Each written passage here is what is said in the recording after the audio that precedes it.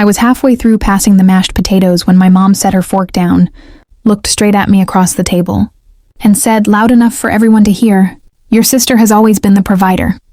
The room went quiet, like someone had pressed mute on our entire family.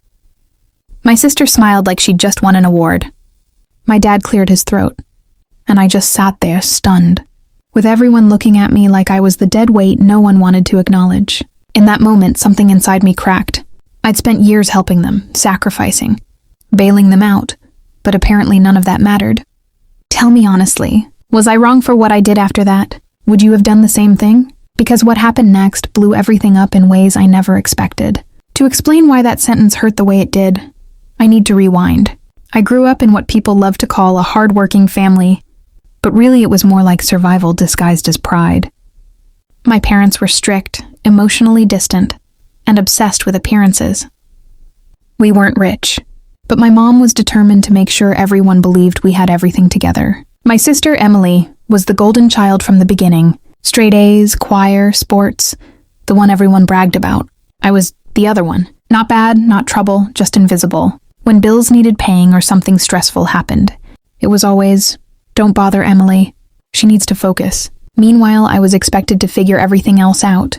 When my dad lost his job during my junior year, I picked up 2 part-time jobs after school just so the lights didn't get turned off. Nobody thanked me. It was just, that's what family does. After high school, my parents pushed Emily into college like it was a royal coronation. They held fundraisers, borrowed money, begged family. For me, the conversation was, college is expensive. Maybe you should work for a while. So I did, I worked. I took the jobs nobody wanted, saved what I could, and still gave them money when they hinted about tight months.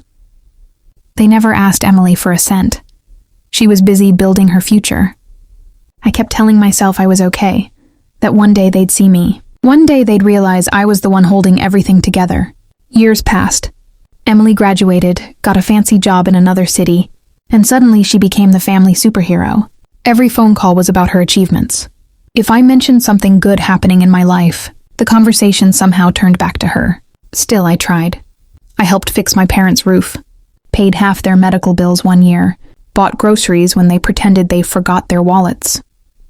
I wasn't rich either. I was just careful. I budgeted, skipped vacations, worked overtime. And every time my mom hugged me, she'd say, "You're such a good son." But there was always this edge, like I was temporary help, not an equal. So fast forward to that dinner. It was supposed to be a celebration. Emily was visiting for the first time in months, and my mom went all out. Candles, the good plates. The whole thing felt like a ceremony. We're talking bragging hour with food. Emily was talking about her new apartment, her promotion, her upcoming trip to Europe, and everyone was fawning over her. Then I mentioned I had just finished paying off my car and was finally starting to save for a house. My mom paused, smiled politely, and said, "Oh, that's nice."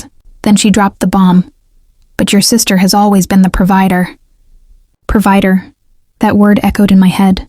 I looked at the table, at the bills I'd paid, the countless sacrifices, the nights I'd cried quietly so nobody would hear. And suddenly I realized in their eyes none of it counted.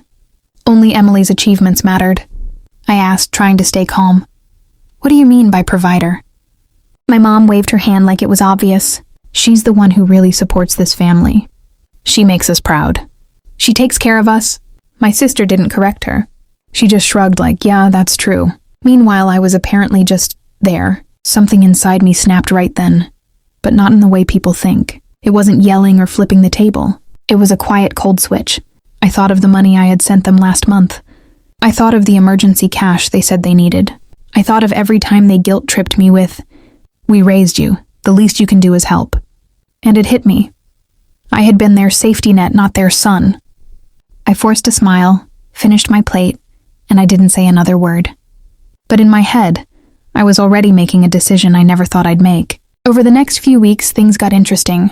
My parents called, like always, asking how I was, then quickly shifting to hints about money. "The electric bill this month is crazy. Your dad's medication costs are going up." Normally I'd sigh, open my banking app, and transfer money. This time I said, "I'm sure you'll figure it out. Emily's doing great, maybe she can help." Silence, then confusion, then slight irritation. My mom laughed it off at first. "You know your sister has a lot going on." I I just repeated calmly, "So do I." And I stopped. Completely. No transfers. No temporary loans.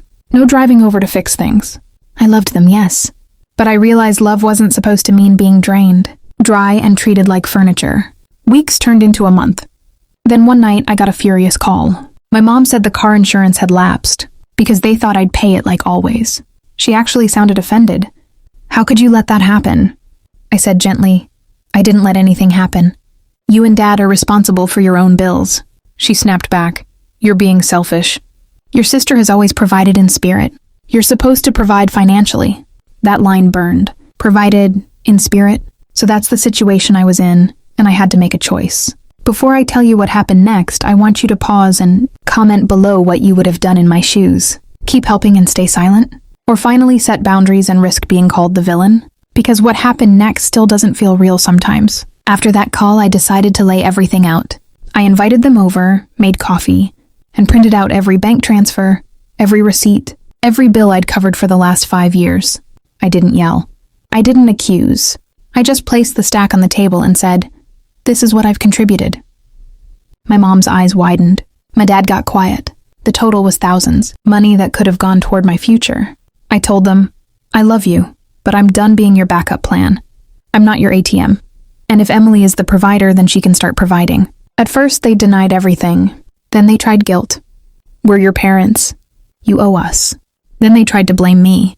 "You never said no, so how were we supposed to know it bothered you?" That part hurt the most. Like my silence was permission. I stood up shaking and said, "I said no tonight." My sister, who they had called over to mediate, finally arrived and heard part of it. She rolled her eyes and said, "It's not a big deal. I do enough by making them proud." I laughed. Actually laughed, because it sounded so ridiculous. Proud doesn't pay bills. Proud doesn't fix roofs. Proud doesn't buy groceries. I told them clearly, from now on, I will help when I choose to, not because you manipulate me. And if you call me selfish, I'll hang up. The room exploded. My mom cried, saying I was abandoning them. My dad muttered that he didn't raise me to be cold. Emily looked annoyed, like I'd ruined her afternoon. But underneath all that chaos, I felt something I hadn't felt in years. Relief. The aftermath wasn't pretty. For a while, they barely talked to me unless it was to complain. Then something surprising happened. They actually had to start budgeting. My dad picked up part-time work. My mom stopped pretending everything was picture-perfect and admitted they needed financial counseling. And guess what?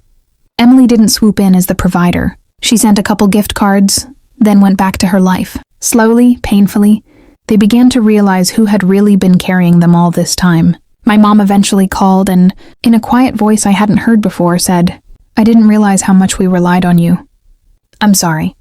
It wasn't perfect." It didn't erase the years of feeling invisible, but it was something.